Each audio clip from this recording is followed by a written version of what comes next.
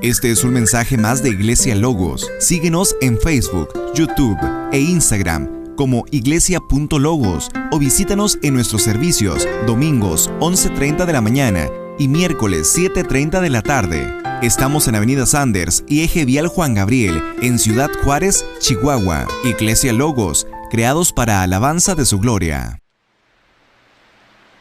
He estado predicando en la iglesia el capítulo 11 que habla acerca de la fe. Y es la fe, la certeza de lo que se espera, la convicción de lo que no se ve. Y ahí habla de muchos ejemplos de hombres de fe, desde Abel. A lo mejor Abel en los capítulos en Génesis no lo vemos como un hombre de fe, pero la Biblia lo dice en Hebreos, y si era un hombre de fe porque trajo una ofrenda agradando al Señor. Por la fe él ofreció más excelente sacrificio que Caín, y Dios no miró con agrado la ofrenda de Caín. Entonces dice este pasaje en el versículo 1: por tanto nosotros también, teniendo en derredor nuestros tan grande nube de testigos, despojémonos de todo peso y del pecado que nos asedia. Tenemos una nube de testigos, y una nube es un grupo de personas, y en Hebreos capítulo 11 nos dice de muchas personas que son esos testigos. En la Biblia vemos ejemplos de personas que caminaron con Dios, y vemos ejemplos de personas que no caminaron con Dios. Hebreos capítulo 11 nos da el ejemplo de puras personas que caminaron con Dios, que sí tuvieron sus errores, pero caminaron con Dios. Por la fe ellos terminaron su carrera, por la fe ellos hicieron lo que tenían que hacer. Entonces vemos en el capítulo 11 muchos ejemplos de personas de fe. Y cuando estaba estudiando esto, puse una película cristiana y salió otra película cristiana. No quiero decirles en qué página, pero ya saben que no quiero hacer promoción. Salió otra y se llama, en español se llama La locura de Dios. Y son los testimonios, para si quieren verla, no lo han visto. Son testimonios de personas que han sido martirizados, perseguidos por la fe. Esto siempre ha llamado la atención. Leí el libro El mártir de las catacumbas y varios libros de personas que han sido perseguidos. Nosotros sufrimos. En Juárez se sufre también, el calor y muchas cosas. No es una ciudad que tenía una buena fama por muchos años, pero también podemos vivir tranquilos y podemos adorar al Señor tranquilos. Hay persecución en una manera, sí sufrimos persecución en una manera, porque cada vez que alguien viene a Cristo siempre recibe oposición. Es más, incluso cuando predicamos la palabra, yo creo que en ese tema somos tentados muchas veces. No es una regla, pero a mí me pasa. Y hablando de estos testimonios, había muchas personas que han sufrido a lo largo de la historia, y estos años pasados han sufrido por causa de la fe.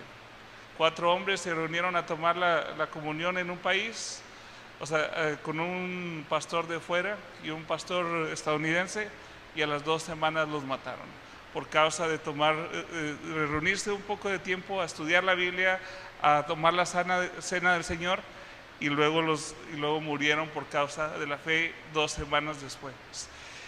Y hoy también tenemos muchos testigos, pero en la Biblia tenemos los testigos que Dios quiere que tengamos. No tenemos una excusa para decir, la vida es bien difícil, no puedo seguirla. Hay una carrera que tenemos por delante, y dice que tenemos muchos testigos. Y en el capítulo 11 de Hebreos nos habla de Abel, de Noé, de Abraham, de Jacob, de Isaac, de Moisés. Y uno piensa, ¿Jacob? Ese era un tramposo. Desde el vientre de su madre se peleaba con su hermano, le jalaba los pies para que no saliera, para salir el primero. Y el que sale primero es el primogénito. Y en la cultura hebrea, el primogénito tiene mucho más peso que el segundogénito. No sé si existe esa palabra, pero el primogénito era el que recibía mayor bendición en mayor de los casos. Pero Dios tenía un plan para Jacob, y Jacob también se menciona como un hombre de fe.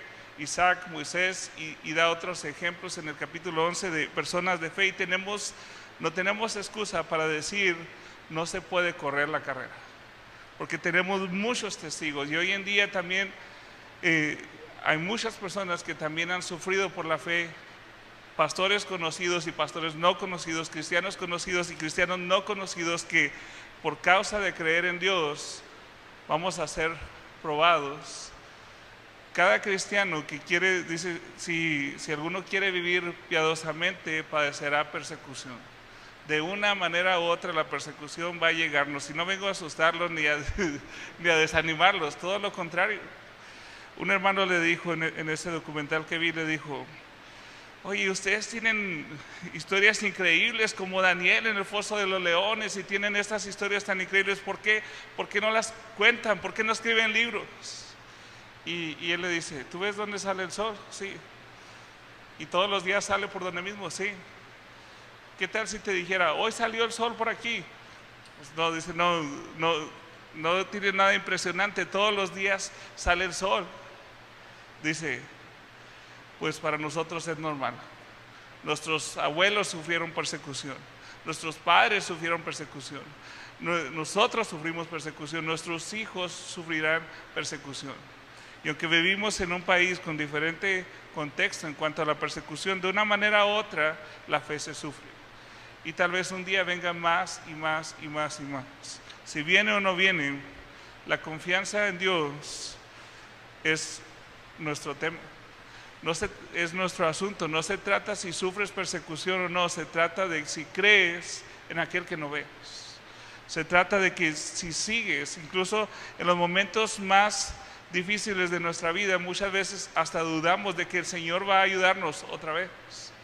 Y por eso tenemos el ejemplo de las personas como Abraham, Jacob, Isaac, Moisés, que Dios usó para ser un ejemplo en nosotros. Cuando tengamos una dificultad, podemos ver cómo otras personas también sufrieron lo mismo. Pero aún todos esos ejemplos se quedan cortos cuando miramos a alguien que es más sublime y excelente, que siendo Dios dejó su trono y vivió entre nosotros, siendo perfecto, no tenía que sufrir lo que sufrió. Es el ejemplo más grandioso, pero vamos a llegar a ese punto. Todavía no llego al versículo 2. Primero tenemos, por esa razón, por la fe, nosotros también, teniendo en derredor nuestro tan grande nube de testigos, despojémonos de todo peso y del pecado que nos asedia, y corramos con paciencia la carrera que tenemos por delante. Despojémonos de todo peso. Yo una vez, no quiero ofender a nadie, primero me pongo a mí primero, ¿verdad? Una vez le dije a una persona: pues ¿qué tanto son 5 kilos de más? ¿Qué tanto son 5 kilos? Y dijo: es un bebé. Ups, me caí. Dije: 5 kilos son 5 kilos, pero 10 kilos, 20 kilos, no quiero ofender a nadie, yo batallo con eso. No lo cuenten a nadie, pero lo está grabando. Y a veces cuando la salud se deteriora porque subimos mucho de peso, algunas cosas empiezan a cambiar, los pantalones ya no te quedan, la ropa ya no te queda y varias cosas. Ahora no hablemos de cosas tristes. Despojémonos de todo peso, todo lo que estorba. Este término se refiere a gordura del cuerpo, a personas atléticas en entrenamiento, al orgullo, al pecado, a la naturaleza pecaminosa, a un pecado que nos acosa, a la incredulidad. Quita todo lo que te estorba. Cuando era más joven, me considero joven, pero cuando era más joven, nos llevaron 5 días a un lugar para caminar por 5 días. 5 días sin bañarnos. Eso no piensen. Eso es algo extra, no se me salió ahí. 5 días caminando. Entonces nos dijeron: no lleven cosas que no necesitan. O sea, en otras palabras, no lleven shampoo, no lleven jabón, no se van a bañar. No hay lugar donde bañarse. Van a caminar por 5 días. Uno de esos días van a pasar 24 horas con el Señor, a solas ahí en el monte, y no lleven nada. Y nos dieron un ejemplo que para mí era lo más exagerado del mundo. Si unas muchachas llevaron unos libros para leer en su tiempo devocional, y después tuvieron que enterrar los libros ahí en medio de nada porque ya no podían con eso. Eso se oye medio exagerado. La verdad es que cuando ya no puedes cargar con algo que ya te estorba, te deshaces de todo lo que traes. Entonces no fue tan pesado así, pero la verdad es que no te sirve traer cosas de más. Si ibas a estar caminando por 5 días, no te sirve traer en esta carrera, no ayuda traer cosas de más contigo. Cuando tú vienes al Señor, a lo mejor vienes tal como eres, pero también dejas sobre Él tus cargas. Jesús dijo, venid a mí todos los que estéis trabajados y cargados y yo os haré descansar. Pero también el pecado nos estorba en nuestra relación con Dios. Y no quiere decir que en ese momento llegamos a la perfección, pero quiere decir que hay cosas que Dios quiere tratar en nuestra vida. Hay personas que dicen, hasta que no deje este pecado, voy a venir a Cristo. También ese es otro problema. Quieres deshacértelo sin que Dios te lo quite. Cuando Él carga tus cargas, dijo, y aprenda de mí. También dijo, aprenda de mí que soy manso y humilde de corazón, pero dijo, y pondré mi yugo sobre vosotros, porque mi yugo es fácil y ligera mi carga. Él cambia tus cargas por su yugo, y su yugo es fácil y ligera su carga. Entonces podemos seguir adelante esta carrera si Cristo está con nosotros. El punto aquí es que el pecado no glorifica al Señor. Y Él nos invita, dice, tenemos una carrera con Cristo.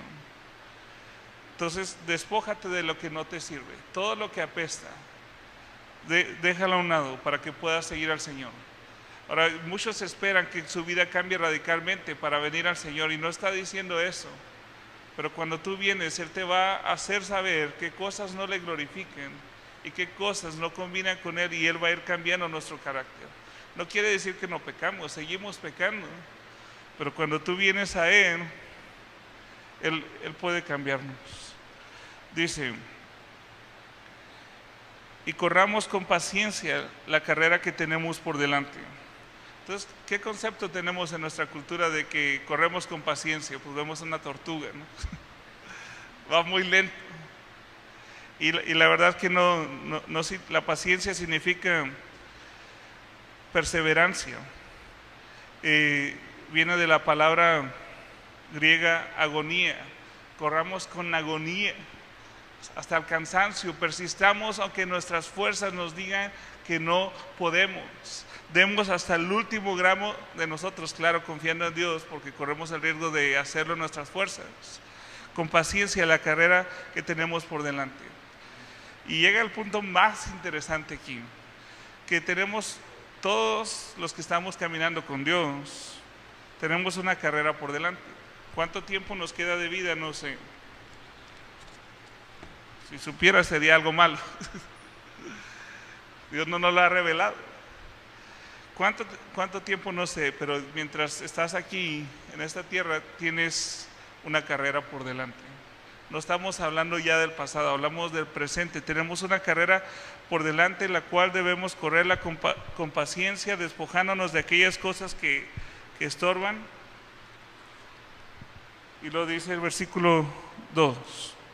Puestos los ojos en Jesús, el autor y consumador de la fe, el cual por el gozo puesto delante de él sufrió la cruz, menospreció el oprobio y se sentó a la diestra del trono de Dios. Puestos en los ojos en Jesús habla de una mirada intensa. Fíjate completamente en Cristo.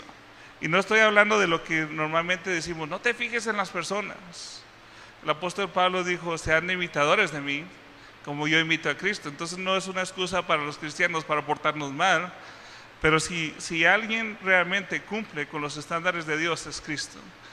Si hay alguien digno que vale la pena mirar, es a Cristo. Esto no quiere decir que no podemos ver los ejemplos como vemos el ejemplo de Abel, de Noé, de Abraham, de Jacob. Dice, tenemos muchos testigos, y mira los ejemplos, cómo ellos también sufrieron, cómo siendo humanos como tú y como yo también sufrieron y perseveraron hasta el final. Nuestra atención debe estar centrada en Cristo. ¿Y quién es Cristo? En este pasaje nos dice, es el autor y consumador de la fe. ¿A quién se le ocurrió la fe? A Cristo. Cuando estaba en la cruz dijo, consumado es. Él terminó la obra, pero la fe no termina hasta la eternidad. No termina. Él es el autor y consumador, es el que lleva a cabo la fe. Si hay un ejemplo que tenemos, es Cristo. Él no solo nos dijo cómo creer, Él vivió la fe. Padre, no se haga mi voluntad sino la tuya. Cuando estaba a punto de ir a la cruz decía, no se haga mi voluntad, porque también fue humano. Y cuando le gritaron, si eres hijo de Dios, desciende de esa cruz, bájate de esa cruz, pero sabía que el Padre no quería que se bajara de la cruz, sino que llevara a cabo la obra que el Padre le había encomendado. Jesús es el autor y consumador de la fe, es el que inicia nuestra fe y es el que consuma nuestra fe. Él es el autor también de la vida, el autor de nuestra salvación. ¿A quién puedes mirar en la tierra que sea más precioso que Cristo? ¿Quién como Él en todo el mundo, en todos los tiempos?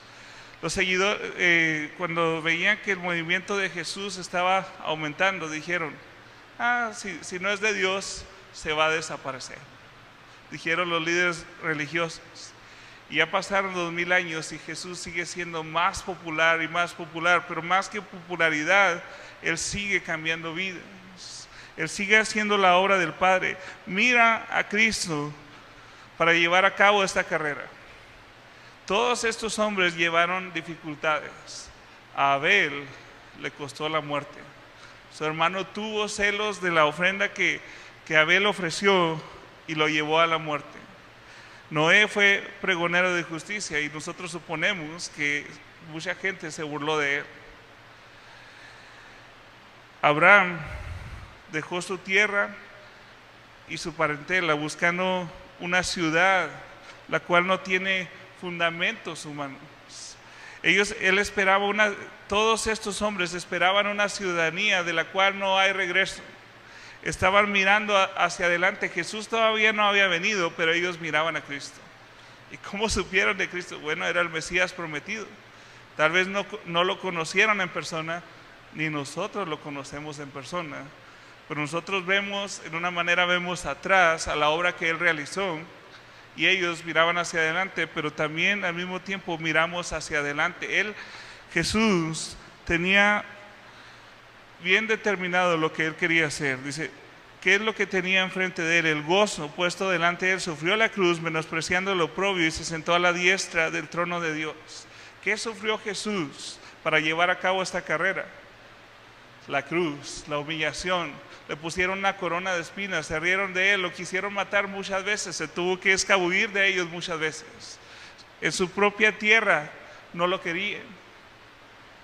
Su propia familia no lo quería, sus hermanos no lo querían, hasta después se convirtieron en fieles seguidores de Jesús, pero en el momento que Él estaba en la tierra, Jesús tuvo que sufrir tantas cosas, y a veces nosotros nos cansamos de todo el sufrimiento que tenemos que pasar. Tal vez no somos perseguidos, pero levante su mano, ¿quién no sufre? Entonces le voy a decir, quiero juntarme contigo. Todos sufrimos hasta porque se nos pierde una llave, ¿verdad? Y eso puede ser el momento, porque sin esa llave no entras a la casa, o cosas así, o no mueves el carro, no llegas a tiempo al trabajo. No estoy comparando este sufrimiento con el otro, pero ciertamente vivir ya es agonía. Y hasta en esos detalles, le voy a dar nomás un ejemplo pequeño, porque ustedes a lo mejor tienen más que yo, ejemplos que yo de esos. Bueno, de descuido no creo que tanto. Tenía un carro estándar y andábamos visitando en la colonia con mi esposa y mi hijo el más grande, y cuando iba a llegar a la casa no encontraba las llaves, entonces no podía entrar a la casa, y fuimos a las casas que visitamos y nadie sabía de las llaves. Ya cansado de darle tantas vueltas ahí, oré al Señor, dije, Señor, ya no puedo, esto me está sobrepasando, son unas tristes llaves, pero no puedo con eso, no puedo entrar a la casa, nomás por andar, y nadie sabe de esas llaves. Y era un carro estándar, les dije, ¿verdad? Y solté un poquito el clutch y empezó a hacer así, sonó el carro, se movieron las llaves, y supe que mi hijo las había echado por medio ahí donde estaba la palanca de los camiones. Entonces fue cuando le pedí al Señor, solté el clutch, empezó a temblar el carro y ahí estaban las llaves. Eran momentos de agonía, pero eso no es nada.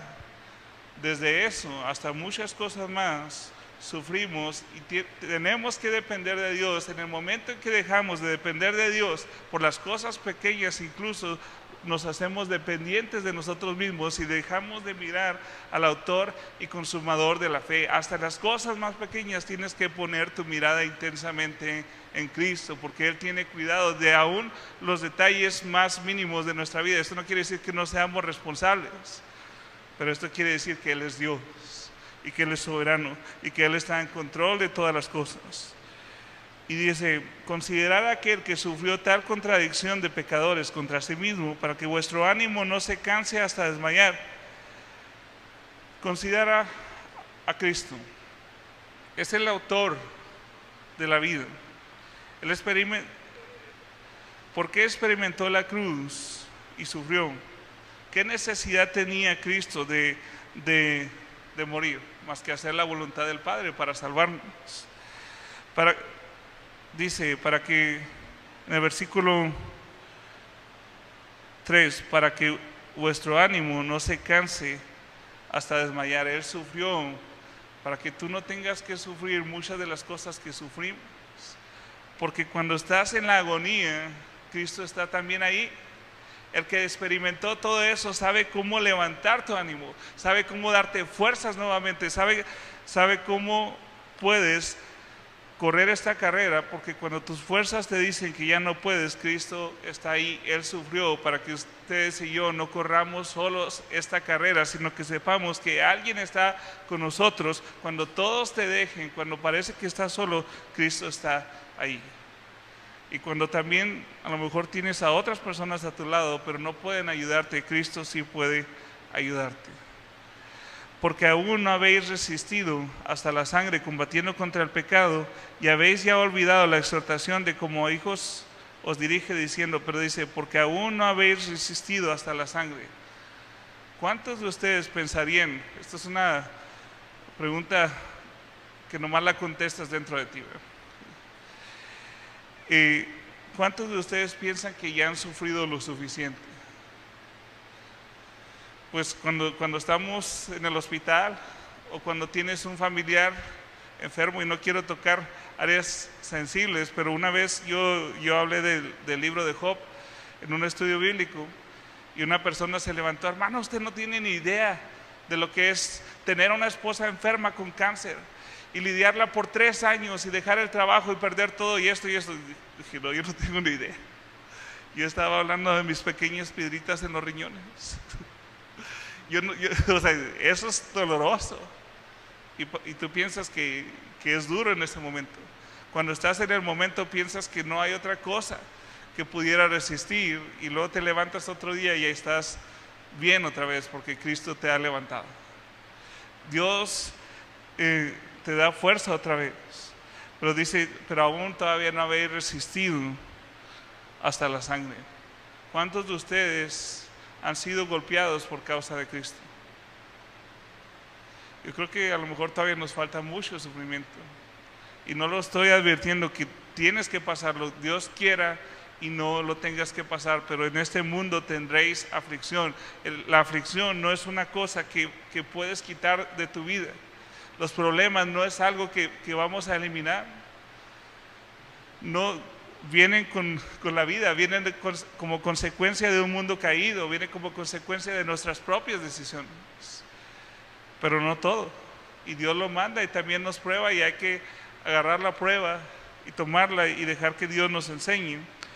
Pero también aquí mezcla algo y pareciera no tener relación en muchos de los casos. Dice, y habéis ya olvidado la exhortación que como hijos os dirige diciendo, hijo mío, no menospreciéis la disciplina del Señor, ni desmayéis cuando eres reprendido por Él. Porque el Señor al que ama disciplina y azota a todo el que recibe por hijos. Y soportar la disciplina, Dios os trata como a hijos, porque ¿qué hijo es aquel a quien el Padre no disciplina? Entonces, ¿qué tiene que ver la disciplina con el sufrimiento? Cuando ustedes disciplinan a sus hijos, ¿los disciplinan solamente porque hicieron algo malo? ¿O también les están enseñando? Lo cierto es que muchas veces los dos, ¿verdad?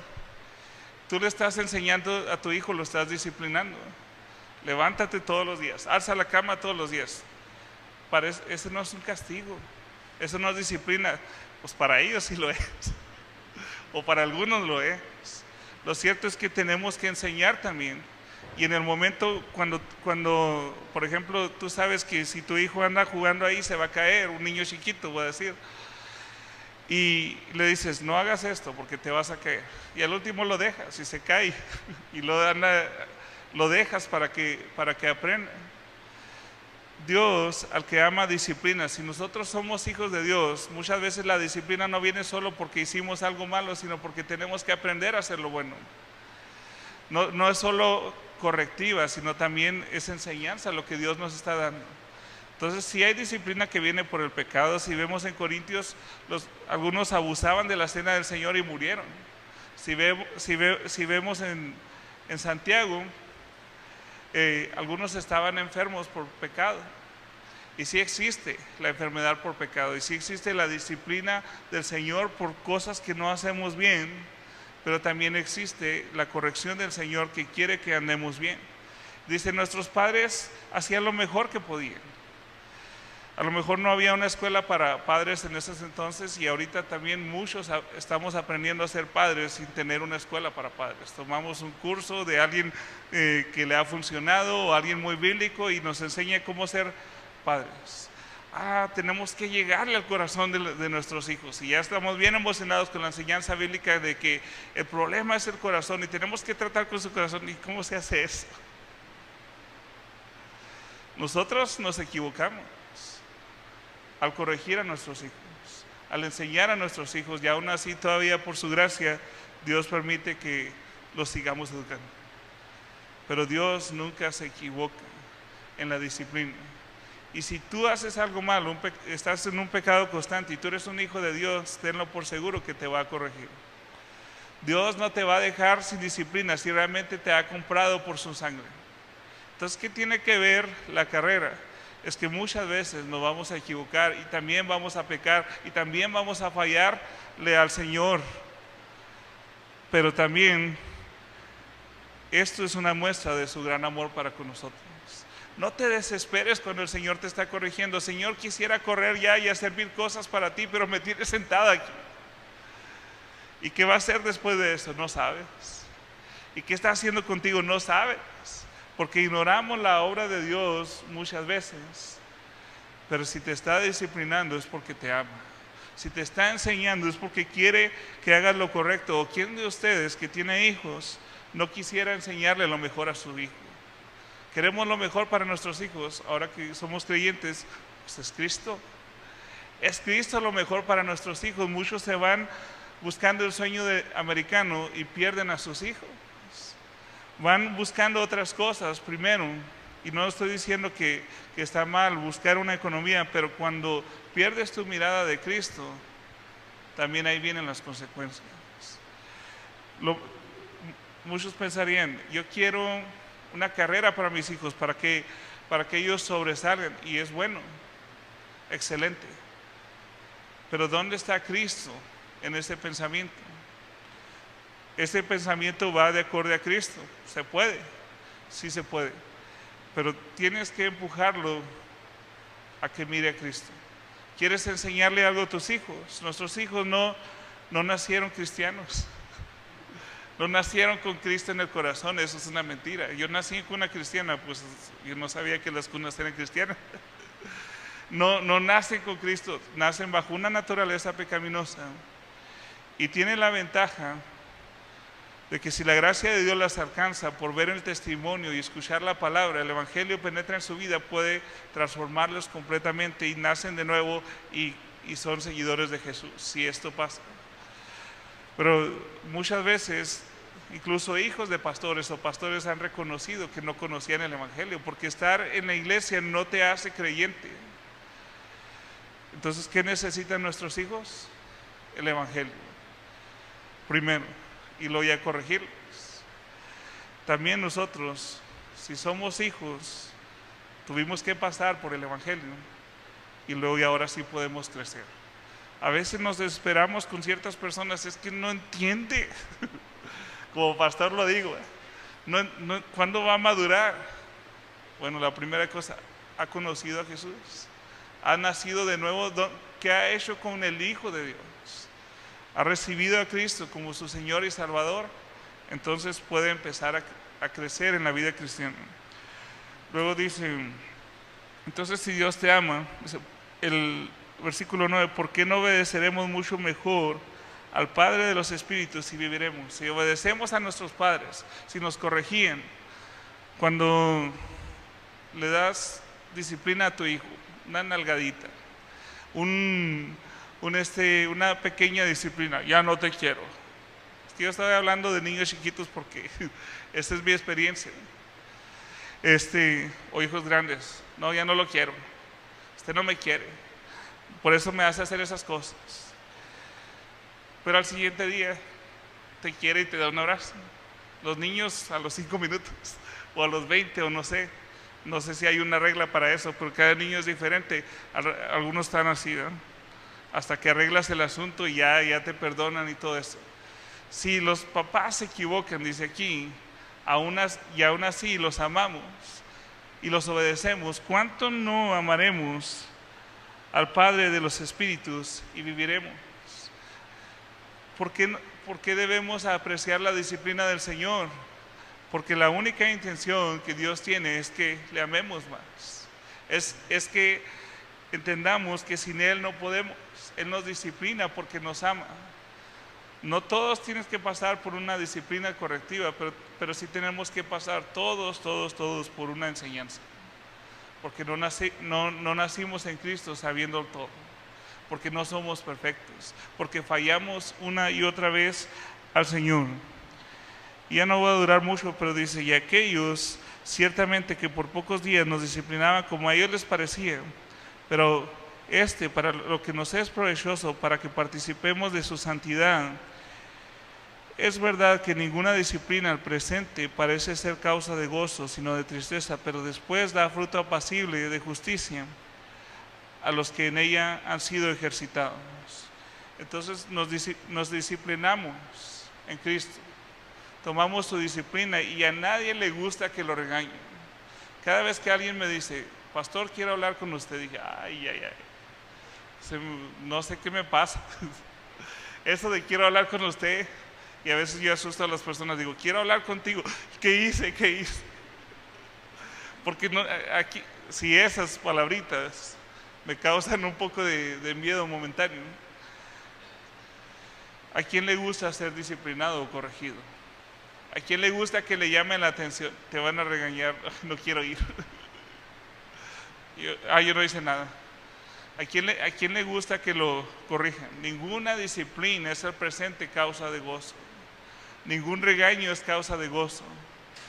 Pero la cosa interesante es que cuando Dios trata contigo, Él hace de ti una persona diferente. En este proceso empezamos la vida cristiana no sabiendo cómo vivirla. Como un niño aprende a caminar, se cae muchas veces, tal vez. Nosotros no nacimos caminando con Cristo, sabiéndolo todo y haciendo cada cosa perfecta. Tenemos que aprender. Pero si tú dejas de mirar a Cristo en este caminar, va a haber disciplina. Y por eso viene la disciplina incluida ahí. Porque si tú pones los ojos en Jesús, entre más lo mires a Él, tal vez recibas menos disciplina de corrección. Lo que sí vas a ver es que siempre vas a necesitar mirar a Cristo. Y habla de poner los ojos, una mirada intensa. Es que nada te robe la atención de lo que realmente es importante. Las cosas materiales pueden robarnos la atención, la salud puede robarnos la atención y ciertamente es difícil mirar a Cristo en medio de la enfermedad. En medio de las pruebas es muy difícil, pero Dios quiere que le sigas mirando porque Cristo vale la pena. ¿Vale la pena para ti Cristo? Cristo es lo más importante. Si Cristo es lo más importante, ¿cómo se reflejará ante los demás que Cristo es lo más importante? ¿Cómo sabes que estás mirando a Cristo? Bueno, te has despojado del pecado. El pecado no es la primera cosa en tu vida. Y cuando Él te corrija, vas a tomarlo con gozo. También vas a perseverar. Esa es una de las pruebas más grandes que somos creyentes. Es que perseveramos en Él hasta el último momento. Pero ciertamente el desánimo viene a nuestra vida. ¿Y qué haces con Cristo? ¿Será Cristo suficiente para alentarte en medio del desánimo y en medio de las pruebas? ¿Será Cristo el que hizo posible que muchas personas murieran por su fe y aún se levantaran? Bueno, murieron, sufrieran por su fe y aún se levantaran otro día. Los que murieron ya no se levantaron más que con el Señor en su presencia eternamente. Cristo es suficiente. Nadie como Él en toda la tierra es digno de ser alabado. Si Cristo no te ha salvado, Él puede hacerlo. El Evangelio es poderoso para transformar nuestra vida desde abajo. Todos hemos pecado y necesitamos de Dios. La única manera de entrar al cielo es a través de Cristo. Si no naces de nuevo, Nicodemo, no puedes entrar en el reino de Dios. El otro día estaba hablando con una persona y le he tratado de convencer que la Biblia es verdad, y llevo años tratando de convencerle que la Biblia es verdad, y sí cree en Dios, pero no cree en la Biblia, porque dice muchas mentiras. Eso es lo que dice él, una y otra vez. Y me dijo, ¿sabes? Ayer estuve al borde de la muerte y sentí que ya me iba, pero le dije a Dios que me diera otra oportunidad. Y llegué con él y le dije, sí, Dios te ha dado otra oportunidad. ¿Ahora sí vas a creer en la Biblia? Dijo, no puedo creer en la Biblia. Dijo, yo le dije a Dios que yo quiero pagar por mi salvación. Le dije, no hay manera. No, espérame, hay una manera que tú puedes pagar. Le dije, por tu pecado, no por tu salvación, por tu pecado. La paga del pecado es la muerte. Tú tienes que ir al infierno por la eternidad si tú quieres pagar. De hecho, es el camino que llevas. Y él dijo, no, es que yo quiero pagar. Dijo, no tienes suficiente.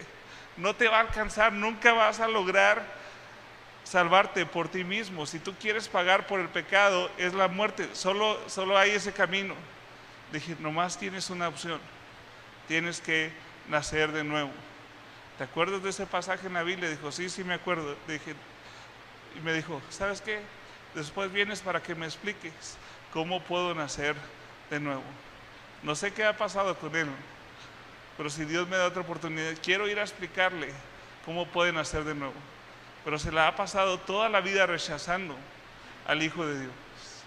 Y eso es un problema muy grave. El que tiene al Hijo tiene la vida, pero el que no tiene al Hijo, la ira de Dios está sobre él, porque no ha creído en el unigénito Hijo de Dios. Pon los ojos en Jesús, el autor y consumador de la fe. Dios les bendiga.